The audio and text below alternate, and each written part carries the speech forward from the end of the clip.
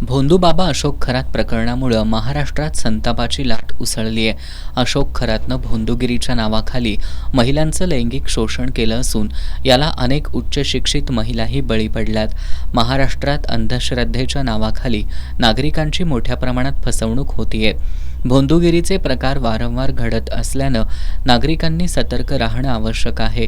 यासाठी प्रत्येक पोलीस ठाण्यात एक अंधश्रद्धा निर्मूलन निरीक्षक नेमावा अशी मागणी महाराष्ट्र अंधश्रद्धा निर्मूलन समिती कोल्हापूरच्या वतीनं करण्यात आली आहे। तसंच नागरिकांना अंधश्रद्धा निर्मूलनाचा कायदा समजावा आणि सजग असणारी जनता कशा प्रकारे भोंदूबाबांना बळी पडतीये हे कोल्हापूर शहरातील उभा मारुती चौकात लावण्यात आलेल्या फलकाच्या माध्यमातून दाखवण्यात आलंय।